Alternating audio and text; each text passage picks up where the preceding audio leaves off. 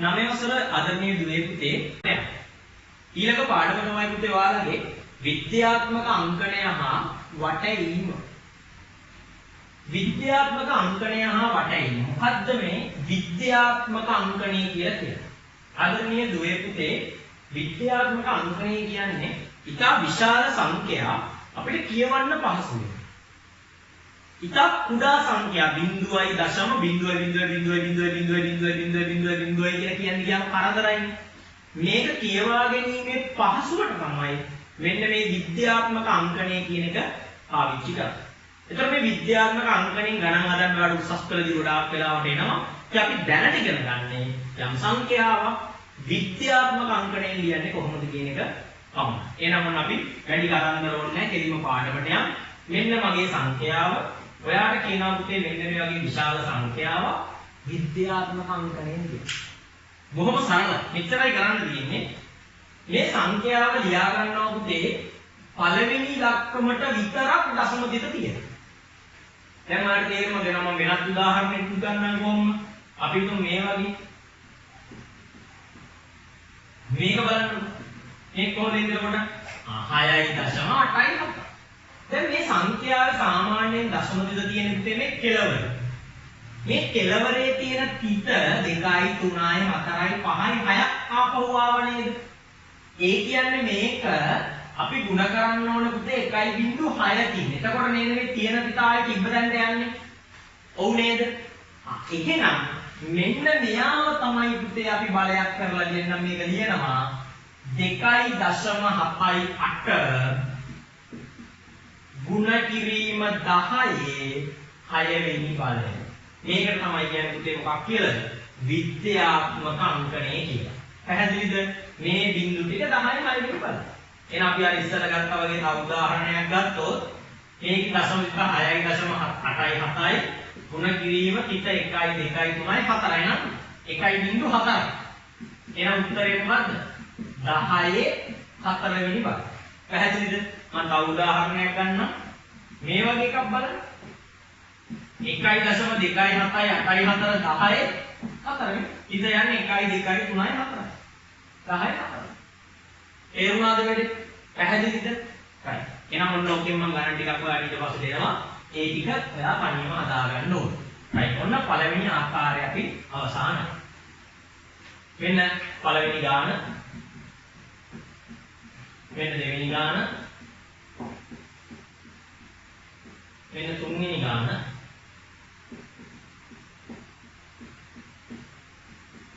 හතර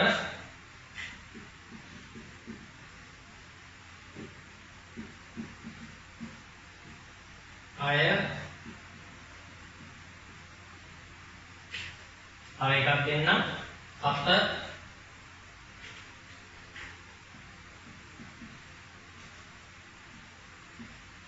ඔය විදියට. එහෙනම් ඔය ටික ඔයාලට නම් විද්‍යාත්මක අංකණයෙන් ලියන්න. right. අපේ ඊළඟ කොටස තමයි පුතේ විද්‍යාත්මක අංකණයෙන් දීලා සාමාන්‍ය අංකණයට හරවන්න කිව්වේ. එහෙම නැත්නම් අපි ඊළඟට කරලෙමු. ඒ තමයි මේක අනිත් පැත්ත කරමු. පුතේ දැන් විද්‍යාත්මක අංකණයෙන් ලියුවනේ. දැන් සාමාන්‍ය අංකණයෙන් ලියන්න යන්නේ. මේ ඔක්කොම එකට වැඩි සංඛ්‍යා. මේකේ මාතෘකාව මුලව ලියාගන්න පුතේ එකට වැඩි සංඛ්‍යා විද්‍යාත්මක අංකණයෙන් ලිවි. එහෙනම් මේ තියෙන්නේ එකට වැඩි සංඛ්‍යා සාමාන්‍ය අංකණයෙන් ලිවි. දැන් ඔයාලට දෙනවා 2.8 ගුණ කිරීම 10 මොකද කරන්නේ? මේ කොහොමද ලිව්වා? මේ තිත එකක් වලින් මෙතනට එකක් යනවනේ.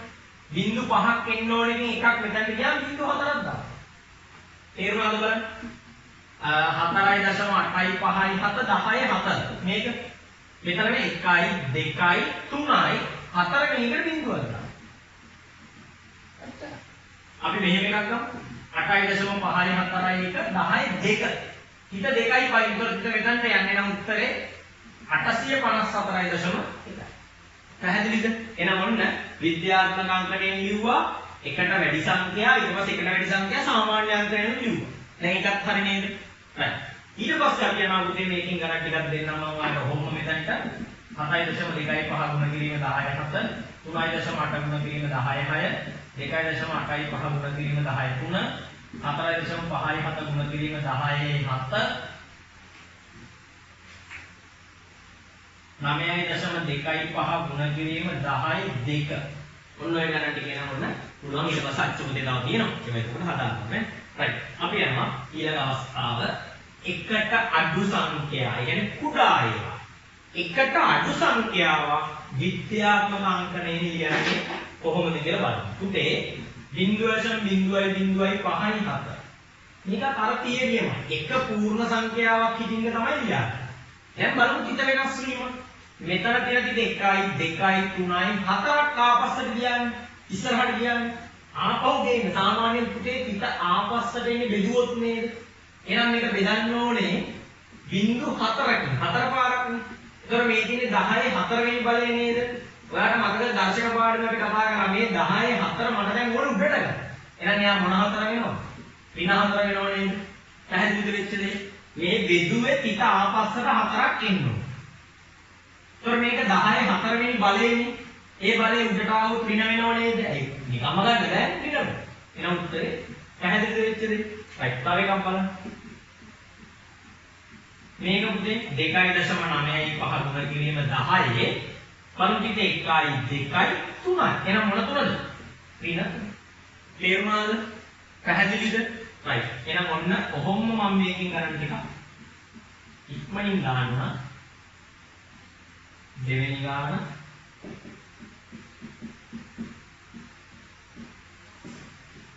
මේ විදිහට ඔයාලට පුළුවන් මේ ගණන් ටික එතකොට හදාගන්න. තව අච්චුපතේ මේවට ඕන තරම් ගණන් තියෙනවා. ඒවා ඊට පස්සේවා හදාගන්න. පැහැදිලිද? right. ඊට පස්සේ අපි යනවා පුතේ මේකේ අනිත් පැත්ත. මොකද්ද? විද්‍යාත්මක අංකණයෙන් දීලා තියෙන එකක් සාමාන්‍ය අංකණයෙන් නෙවෙයි. මම පොඩි ට්‍රික්ස් එකක් මේකේ කියන්නම්. මෙතන පුතේ මේ බිංදු තියෙනවනේ 4යි 10යි ඍණ. බිංදු 3යි 10යි ඍණ 3. ඒක තමයි මෙතන. අර ක්‍රමේ තමයි මම කියලා දුන්නේ කෙටියෙන් කරන්න නම් බිංදු ගානට සමාන ගානක් ඍණ. හැබැයි අරගෙන බිංදු ගානට සමාන ගානක් දාන්න බෑ. ඉතින් පස්සේ තියෙන ඉලක්කම් ගානට සමාන ගානක් උනේ. right. දැන් යනවා අපි සාමාන්‍ය අංකණයෙන් ලියන්න එකට අඩු සංඛ්‍යා සාමාන්‍ය අංකණයෙන් ලිවීම. මෙන්න ඔයාලට දෙනවා 2.5 ගුණ කිරීම 10 ඍණ 4. පුතේ ඍණ 6 නම් බිංදු 6. 5යි 6. මේක හේම ලියපත්. ඇයි? මේ ටික ආපස්සට 6ක් යන එක කියන්නේ එකක් මෙතනට ගියොත් තව 5ක් යන්න තියෙනවා. ඒ 5ට බිංදු 5. තේරුණාද? තව එකක් බලමු. 3.85 ගුණ කිරීම 10 ඍණ 3. 3ක් කියන්නේ නැහැ 1 2 3ක් ගියා. බිංදු කීයද එන්නේ? 1 2 මුල බිංදුව 3 එහෙනම් බිංදු 3 ඍණ 3ට සමානයි. ඔන්න බිංදු 3 දැම්මා 385. තේරුණාද වැඩි? එහෙනම් ඔන්න ඔයාලට පුළුවන් පුතේ දැන් විද්‍යාත්මක අංකණය අවසන් කරගන්න. ඔන්න අපේ විද්‍යාත්මක අංකණයේ පාඩම මෙතනින් සම්පූර්ණයෙන් අවසන් වෙනවා. ඔන්න විද්‍යාත්මක අංකණයේ පාඩම මෙතනින් අවසානයි. අච්චුපතේ තියෙන ගණන් ටික හදන්න. අපි ඊළඟ වීඩියෝ එකෙන් හම්බෙමු. වටේ ආසන්න 10ට, ආසන්න 100ට, ආසන්න 1000ට, පූර්ණ සංඛ්‍යාවට, පළමු දශම ස්ථානට සහ දෙවන දශම ස්ථානයට වට යන්නේ කොහොමද කියන එක අපි කතා කරමු. හොඳයි. අපි කතා කරනවා අද මේ දුවේ පුතේ වටේම පාඩම. විද්‍යාත්මක අංකණයේ පාඩම අපි කතා කරා. අද අපි කතා කරනවා සංඛ්‍යාවක් වට යන්නේ කොහොමද කියන එක. වටේම ඉස්සෙල්ලාම ඉගෙන ගන්න පුතේ 6 වසරේදී. 6 වසර 6 වෙනි පාඩම වටේම නිමානය හා සංසර්. නිමානය හා වටේම කියන පාඩම යටතේ අපි 10ට වට යන්නේ දා ඉගෙන ගන්නවා. අද නැවත ඉගෙන ගන්නවා සංඛ්‍යාවක් ආසන්න 10 100ට 1000ට වට යන්නේ කොහොමද කියලා. මම ගන්නවා පුතේ ඉස්සෙල්ලාම පළවෙනි මාතෘකාව ආසන්න 10ට වටේම. වටේම පුතේ යම් සංඛ්‍යාවක් ආසන්න 10ට වට යද්දී මේ ඊතලයේ පාවිච්චි කරන්නේ ඒකේකට සමාන නැහැ කියන එක. දැන් 26 කියලා හිතන්නකෝ. මේකේ අග 6නේ. ඒතර මෙහා වැඩියෙන්ම ළඟ 10 ගුණාකාරයේ 20ද 30ද? ඒ කියන්නේ එහෙනම් මෙන්න මේ ඉලක්කම හොඳට අහගන්න. 5 හෝ ඊට වැඩි නම් අපි මේ සංඛ්‍යාව වටේම ලියන්නේ ඊළඟ 10 ගුණාකාරයට. ඒ කියන්නේ 30. පැහැදිලිද? අපි තුඹෝ 24 තිබ්බා කියන. එහෙනම් මේක වැඩිම ළඟ කාටද? 20ට. මේක 5ට වඩා අඩුයි. එහෙනම් කලින් ගුණාකාරය තමයි අපි ආසන්න 10 ගුණාකාරයෙන් විදිහට ගන්න. ඊළඟට අපි ගත්තොත් 35 වගේ එකක්. මේක දෙපැත්තට සමානයි. ඒ වුණාට අපි සලකන්නේ මෙයා 40ට ආසන්නයි කියලා. පැහැදිලිද?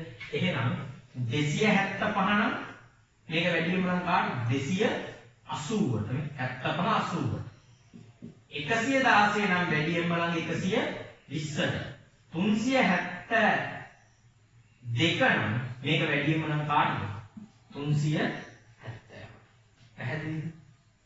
හරිනේ නේ ආසන්න 10ට වැටීම. right අපි ඊළඟට බලමු ආසන්න 100ට වටේීම. ඊට පස්සේ බලමු 1000ට වටේීම. right උසේ ආසන්න 100ට වටයක්දී ඔය කිව්ව තියරියම තමයි. ඒතර මේ අග ඉලක්කම නෙමෙයි බලන්නේ 10 ස්ථානය. දැන් 10ට වටයක්දී බැලුවේ එක ස්ථානය. එක ස්ථානය. 100ට වටයක්දී බලන්නේ දෙක ස්ථාන නෙමෙයි 10 ස්ථාන. ඒකට අර තියරිය දාන්න. මොකද අර තියරිය? පහ හෝ ඊට වැඩි නම් මෙන්න මේකට එකක් එකතු කරන්න එතකොට වෙනවා 3. මේ දෙකටම බිඳු දාන්න. මේ 5ට වඩා වැඩි නම් මේකට එකක් එකතු කරා 3යි මේකට බිඳුව. මෙතන බිඳු දෙකක් දාන්න 100ට නිසා. එහෙනම් තව එකක් බලන්න 437. 7නේ 5ට වඩා වැඩි. sorry. මෙන්න මේ 7 නෙමෙයි බලන්නේ කියලා 3. 5ට වඩා අඩුයි. 5ට වඩා අඩු නම් මේක එකතු කරනවද? නැහැ. එහෙනම් 4 දාලා ඒකම දාලා මේ තියෙන ඉලක්කවම දාලා අකට බිඳු දෙකක් දාන්න. ඇයි මේ දෙක 3 කරලා මෙතන 4 5 නොකළේ? මේ 3 5ට වඩා අඩුයි මුකුත් කරන්නේ නැහැ. තියෙන ඉලක්කමම ලියලා බිඳු දෙකක් දාන්න. මේ 7 5ට වඩා වැඩි මේකට එකක් එකතු කරලා අකට බිඳු දෙකක්. කන්සෙප්ට් එක බලමු. 842 නේ 4නේ මුකුත් කරන්න බෑ. එහෙනම් 8ම තමයි බිඳු දෙක. 1795. දැන් කවුරු දිහාද බලන්නේ? 5ද 9ද 7ද? 9 නේ 10 ස්ථානෙනේ. 9 5ට වඩා වැඩි. එහෙනම් මේකට එකතු කරනවා කියන්නේ 18 වෙනවා. අකට බිඳු දෙක. මෙහෙම මේ 9 දිහා බලන්න. තොර විතර 39. මේකට එකක් එකතු වුණාම 40යි. අනිත් දෙකට බිඳු දෙක. පැහැදිලිද වැඩේ? 18 වටයක්දී අපි බලන්නේ 100 ස්ථානය. 100 ස්ථාන එක 4. මුකුත් වෙන්නේ නැහැ නේද? එහෙනම් මේ දෙකේ හැම ලියලා බිඳු 3ක් දානවා. මේ බලන්න 4800. 8 5ට වඩා වැඩි. එහෙනම් මේකට එකක් එකතු වෙනවා නේද? එහෙනම් මෙතන කී දෙනෙක්? 5. මේ 3ටම බිඳු 3. තේරුණාද ආසන්න 18 වටේම? පැටිලා එක අපි ගමුකෝ 69යි 9යි 9යි කරගමු. මේ 10 මේ 100 ස්ථාන 9. මේකට එකක් එකතු කරන්න. 7යි බිඳු 3. තේරුණාද? එන ඔන්න ආසන්න 10ට ආසන්න 100ට ආසන්න 18 වටේම අපි කතා කරා. මම මේ වලින් ගණන් ටික දෙනවා ඒ ටික වෙනම හදාගන්න. ඒ වගේම අච්චුපතේ දෙන ගණන් ටිකත් අනිවාර්යයෙන්ම හදාගන්න. right. අපි යනවා ඊට පස්සේ දශම සංඛ්‍යාවක් සම්බන්ධව වටේම හදාගන්න. උදේ මේ පොදු නීතිය එකයි. වැටීමේ මාතෘකාව මොකක් වුණා? මේ ක්‍රමය. 5 හෝ ඊට වැඩි නම් කලින් එකට එකක් එකතු කරන්න ඕන. අඩු නම් එකතු කරන්නේ නැහැ. අන්න ඒ පොළවේ තියන් අපි බලමු. මෙන්න තියෙනවා දශම සංඛ්‍යාවක් මම ඔයාලට ඉස්සෙල්ලා කිව්වා. මෙන්න මේ දශම සංඛ්‍යාවේ මේකට කියනවා පුතේ අපි 3 වෙනි දශම ස්ථානයේ 3 වන දශම ස්ථානයේ 3 වෙනි දශම තුනෙන් පස්සේ දක්වන 3 වෙනි එක. ඒතර මේක දෙවන දශම ස්ථානයේ මේක පළවෙනි දශම ස්ථානය. ඒතර මේ කවුද? මේ තියෙන්නේ එකේ වයි එක ස්ථානේ මේ තියෙන්නේ 10 ඒව එහෙම නැත්නම් 10 ස්ථාන. තව තිබුණා 100 ස්ථානේ 10 ස්ථාන. තේරුණාද? right. එතකොට මගේ පළවෙනි මාතෘකාව තමයි පුතේ මෙන්න මේ දශම සංඛ්‍යාවක් පූර්ණ සංඛ්‍යාවට වටයනවා. දශමයක් ආසන්න පූර්ණ සංඛ්‍යාව. දැන් වටයල ඉවර වුණාම පූර්ණ සංඛ්‍යාවක් උත්තරේ එනවා කියන්නේ දශම තියෙන්න බෑනේ. එහෙනම් අපි බලන්නේ පුතේ පළමු දශම ස්ථානේදී. මේක 5. එහෙනම් මේකට එකක් අනිවාර්යෙන් අපි එකතු කරන උත්තරේ කීයද? 3යි. 2.5යි 7 කියන්නේ ළඟම පූර්ණ සංඛ්‍යාව කවුද? 3. පැහැදිලිද වෙන්නේ? අපි ගමුකෝ 14.257. මේ මෙහා දිහා බලන්න. 2. 5ට වඩා අඩුයි. මුකුත් වෙන්නේ නැහැ නම් උත්තරේ කියන්නේ. 16.9යි 5යි 2යි. මේක 9 5ට වඩා වැඩි. එහෙනම් 16 මොකද වෙන්න ඕන? 17. තේරුණාද පූර්ණ සංඛ්‍යාවට වටේීම? හොඳයි. ඊළඟ කොටස තමයි උදේ මේ දශම සංඛ්‍යාවක් පළමු දශම ස්ථානයට වටේීම. දශම සංඛ්‍යාවක් පළමු දශම ස්ථානයට වැටෙන්නේ. එතකොට උත්තරේ තියෙනවනේ එක දශමයක. එක දශම ස්ථානයයි තියෙන්නේ. එහෙනම් අපි බලන්නේ දෙවෙනි දශම ස්ථානේ දිහා. එහෙනම් උත්තරේ මෙතන 27 හරි දශම මෙතන 5නේ. එහෙනම් මේක එකක් මෙතන උත්තරේ කි දශම 3. තව එකක් බලන්න. 4.6යි 5යි 2. 6යි 8යි 2. කවුරු දිහාද බලන්න? වටේ යන්නේ පළමු දශම ස්ථානට. එහෙනම් බලන්නේ අග එක්කෙනා නෙමෙයි පුතේ දෙවෙනි දශම ස්ථානේ. මේ 8. 5ට වඩා වැඩි. මේක එකක් හිතන උත්තරේ 4.7. හොඳට මතක තියාගන්න මේකෙදි බලන්න දෙවෙනි දශම ස්ථානේ දිහා. දැන් මේක 1. 5ට වඩා වෙන උත්තරේ 8.3. තේරුණාද වැඩි? තව එකක් බලමු. 750.6යි 2යි 5. කවදිහද බලන්න? මේ දෙකම 5ට වඩා අඩුයි. එහෙනම් එකතු කරන්නේ නැහැ වෙන උත්තරේ 750.6. තේරුණාද වැඩි? ඔය පළමු දශම ස්ථානයට වැටෙන්නේ. දැන් ඔන්න ආයෙත් උත්තර ගන්න. පූර්ණ සංඛ්‍යාවට වටයද්දි බැලුවේ පළමු දශම ස්ථානේ දිහා. පළමු දශම ස්ථානයට වටයද්දි බැලුවේ දෙවෙනි දශම ස්ථානේ දිහා. එහෙනම් දෙවන දශම ස්ථානයට වට යනවා නම් අපි බලන්න ඕනේ කවුරු දිහාද පුතේ? තුන්වෙනි දශම ස්ථානේ දිහා. එහෙනම් ඔන්න අපි දැන් යනවා දෙවන දශම ස්ථානයට වට යන්න. 24.3යි 7යි 5නේ. මේ දෙකට වට යද්දි බලන්නේ තුන්වෙනි. එයා 5. එහෙනම් මොකද වෙන්න ඕනේ කලින් එකට එකක්. එකතු වෙන උත්තරේ 24.3යි 8. 19.9යි 9යි 9. බලන්නේ මෙයාද? මේකට එකක් එකතු වෙනවා. එතකොට මෙතන පුතේ බිංදුව වෙනවා. 10යි. ආයෙ මේකටත් එකක් වෙනවා. ආයෙ බිංදුව වෙනවා. හිත. ආයෙ මේකට එකක් වෙනවා. ඒ කියන්නේ උත්තරේ 20.0 තේරුණාද? 28.4යි 2යි 4. මේකේ 4. 5ට වඩා අඩුයි. අයින් කරලා දාන්න. එහෙනම් උත්තරේ 27.4යි 2. ඔන්න දශම ස්ථාන දෙකකට වටේම සම්බන්ධව අපි කතා කරා. එහෙනම් උදේ වටයින් මහා විද්‍යාත්මක අංකණය කියන පාඩම මෙතනින් සම්පූර්ණයෙන් අවසන්. ඔයා හරියට මේක වටහා ගන්න නම් මම මේ පාඩම පටන් ගත්තේ ආසන්න 10ට වටේ. ඒ වීඩියෝ එකේ ටික බැලුවා නවත්තා. 10ට වැටීම ගණන් ටික හදන්න. 100ට වැටීම ගණන් ටික හදන්න ඊට පස්සේ. 1000ට වැටීම බලලා ඒක හදන්න. මේක ස්ටොප් කර මේ වීඩියෝ එක ස්ටොප් කර පාඩම කරගෙන ඉන්න. අච්චු පොතේ මම දෙන ගණන් ටික ඔක්කොම හදලා වීඩියෝ එක බලලා ඉවර වෙද්දි පාඩම ඉවර වෙන්න ඕන. එහෙම නැත්නම් ඔයා මුළු පාඩමම බලලා මේක හදන්න ගත්තොත් අමතක වෙන්න පුළුවන්. පැහැදිලිද? අඩුම ගානේ මම දෙන ගණන් ටිකවත් වීඩියෝ එකත් එක්කම හදලා ඊට පස්සේ ඔයාලට පුළුවන් තනියම අච්චු පොතේ ගණන් ටික හදලා අවසන් කරගන්න. එහෙනම් ඔන්න විද්‍යාත්මක අංකණය හා වටයින් පාඩමක් මෙතනින් අවසන්යි. ඊළඟ පාඩමෙන් හම්බෙමු. තෙරුවන් සරණයි.